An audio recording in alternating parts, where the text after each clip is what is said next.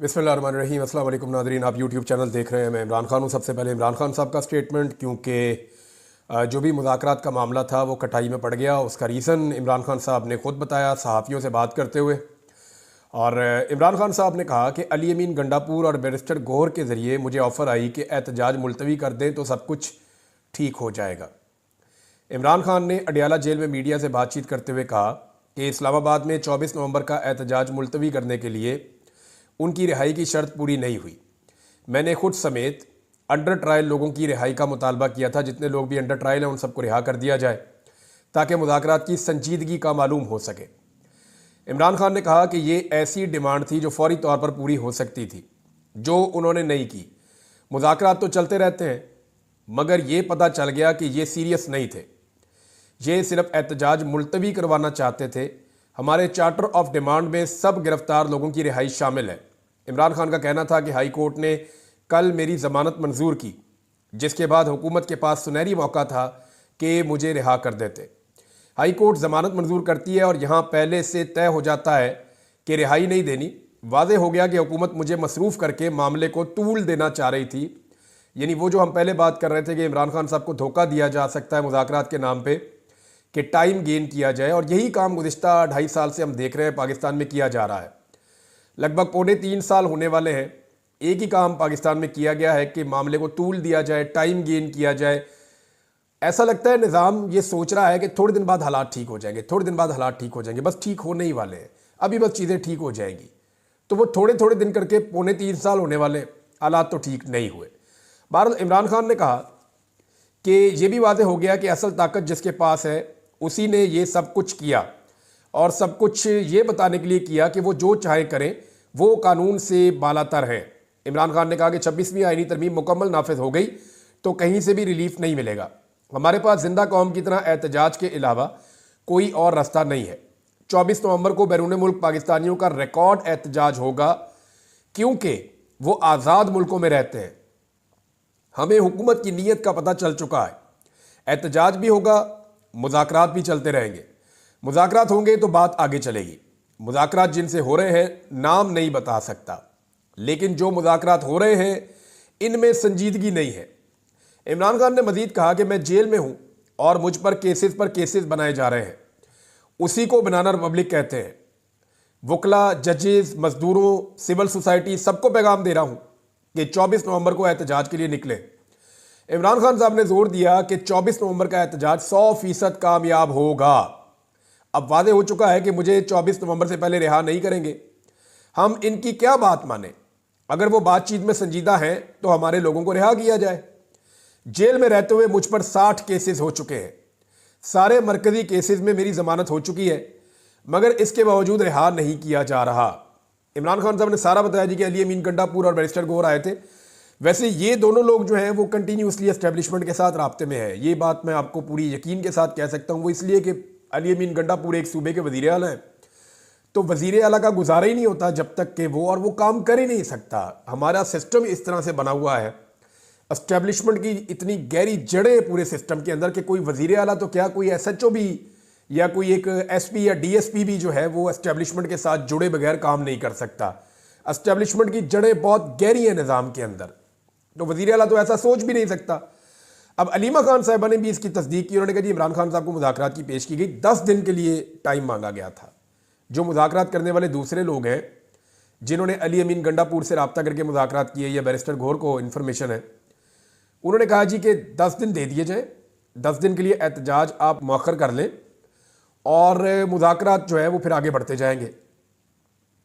अब इसमें जो डायरेक्टली उनका स्टेटमेंट है वो ये है कि इमरान खान ने कहा कल मुझे उन्होंने ऑफर किया आप 10 दिन के लिए एहतजाज मुलतवी कर दें, हम बातचीत करने के लिए तैयार हैं। मैंने कहा ठीक है, पहले बेगुनाह लोगों को रिहा करो। बजाय रिहाई के मुझ पर एक नया केस बना दिया गया। इससे वादे हुआ कि ताकतवर लोग जिस वक्त चाहें आपको कैद में रख लें और जब चाहें आपको रिहा कर दें। लिहाजा उन्होंने बड़ा क्लियरली ये कह दिया इमरान खान साहब ने कि ये इसके पीछे एस्टेब्लिशमेंट है, मेरी गिरफ्तारी के पीछे, और ये सारे मिले हुए हैं और ये सिर्फ टाइम गेन करना चाह रहे थे, जो इमरान खान साहब ने फ़िलहाल देने से इनकार कर दिया है। और उन्होंने कहा जी कि हम एहतजाज करेंगे, एहतजाज नहीं रुकेगा। मोहसिन नकवी को बुला लिया जी, इस्लामाबाद हाई कोर्ट ने इसका नोटिस ले लिया। इस्लामाबाद हाई कोर्ट के अंदर वो एक केस चला गया था, वहाँ पे चीफ जस्टिस के पास ये केस लगना ही वहाँ था। इस्लामाबाद में जब भी कोई हुकूमत से मुताल्लिक या इस्टेब्लिशमेंट से मुताल्लिक कोई भी चीज़ आती है, वो 90% जो है वो जाकर सीधा chief justice Islamabad high court के पास ही लगती है। वो इख्तियार भी उनके पास ही है। तो वो केस उनके पास जाके लग गया और उन्होंने वहाँ पे तलब कर लिया वज़ीर दाखिला को, और वज़ीर दाखिला का शुक्रिया भी अदा किया कि आप आए। तो वज़ीर दाखिला ने वहाँ पे बातचीत की। बहरहाल अब ये केस चल रहा है कि इस एहतजाज को कैसे टैकल करना है। अब अदालत के ज़रिए से कोई हुक्म लेने की कोशिश की जाएगी। बहरहाल मोहसिन नकवी ने बाहर निकल के बातचीत की है और मोहसिन नकवी ने कहा कि जी PTI के साथ कोई मुज़ाकरात नहीं हो रहे क्योंकि धमकियों के साथ बातचीत नहीं हो सकती है। चीफ जस्टिस का जो भी ऑर्डर होगा उसके ऊपर हम अमल दरामद करेंगे।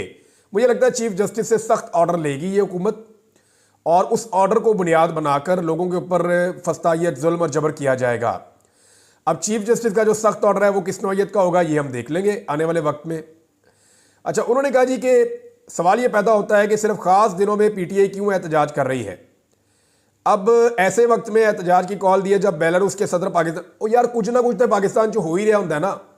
थोड़े दिन पहले एहतजाज कर रहे थे तो आपने कहा था जी वो जो है वो मलेशिया के वज़ीर आज़म आ गए, हालांकि वो उस दिन जा रहे थे जिस दिन उन्होंने एहतजाज की कॉल दी थी। उससे थोड़े दिन पहले जो है वो आसिफ अली जरदारी नाना बन गए थे।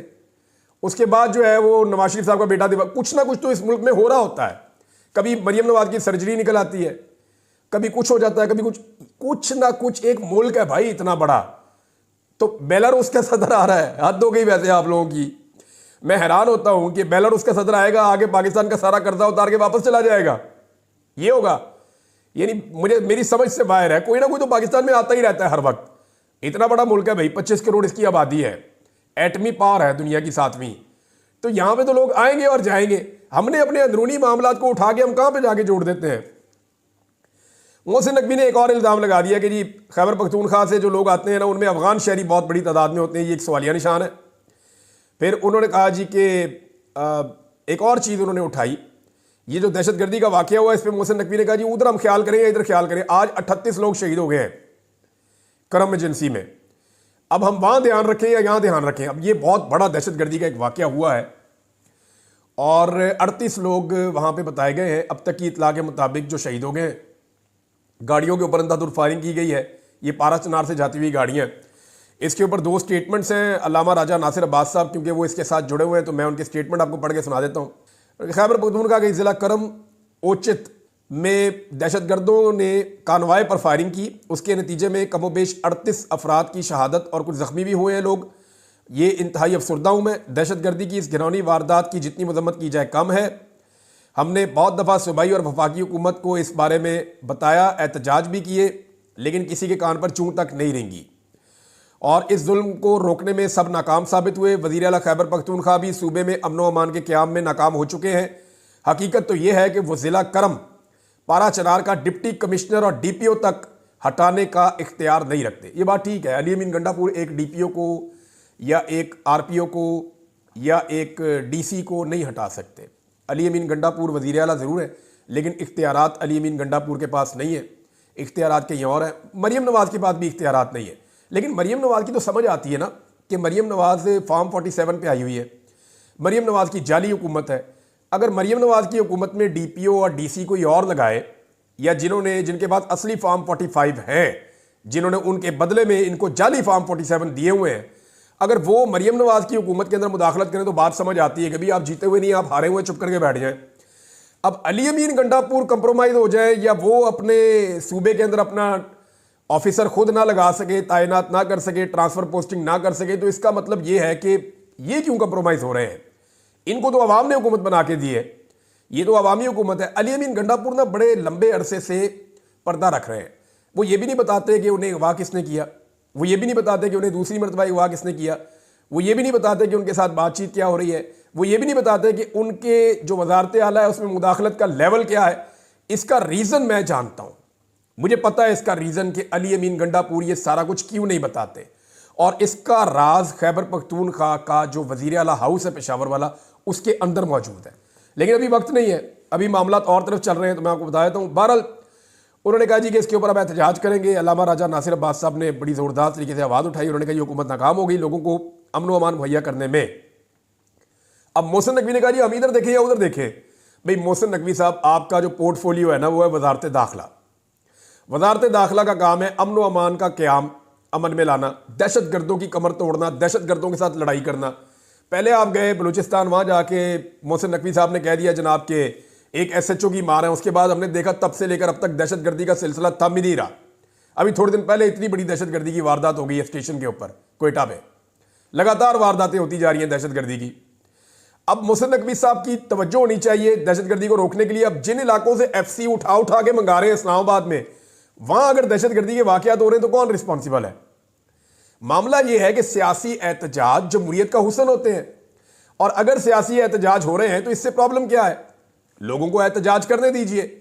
लोगों को मारना, ताकत इकट्ठी करना, यह कोई जरूरी तो नहीं है। इमरान खान के दौर में भी लोग आते थे एहतजाज करने के लिए, वो वेलकम करते थे। लोग आते थे, आके एहतजाज करते थे, बाद औक़ात बैठ जाते थे, बाद औक़ात वापस चले जाते थे।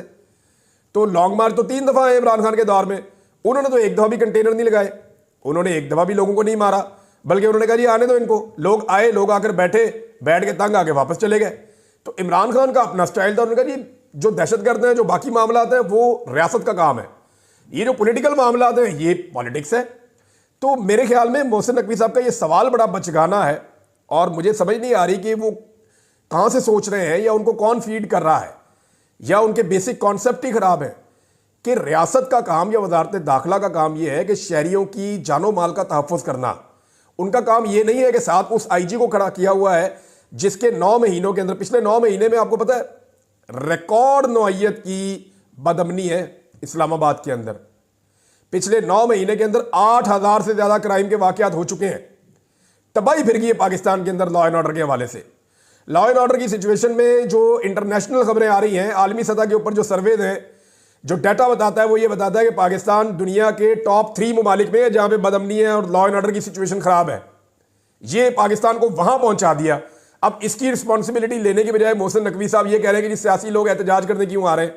मेरी समझ से बाहर है कि ये मामला इस तरफ क्यों ले जाते हैं। असल में इमरान खान साहब को जिन लोगों ने पकड़ा है ना, उनके लिए सबसे बड़ा प्रॉब्लम क्या है, इसको समझें आप। क्यों ये इमरान खान साहब को धोखा देकर डिले करना चाहते हैं? अगर किसी को यह लगता है कि ये इमरान खान को छोड़ देंगे तो ये उसकी खामख्याली। इमरान खान कानून के जरिए छूट जाए वो एक अलग बात है, लेकिन निज़ाम कभी भी इमरान खान को छोड़ने का रिस्क नहीं लेगा। एस्टेब्लिशमेंट कभी ये रिस्क नहीं लेगी, हुकूमत कभी ये रिस्क नहीं लेगी। उसकी वजह समझिए आप।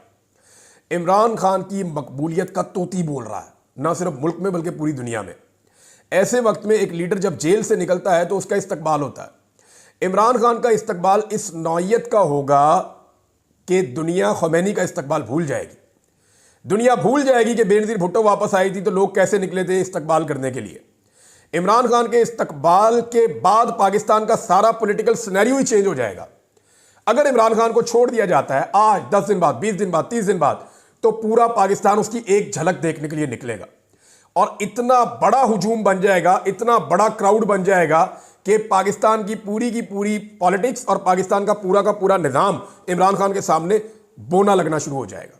और ये एक इतना बड़ा रिस्क है जो इस वक्त पाकिस्तान की एस्टेब्लिशमेंट और पाकिस्तान की हुकूमत नहीं ले सकती। आज़ाद कश्मीर में नाज़रीन हालात ख़राब हो रहे हैं बदकिस्मती से।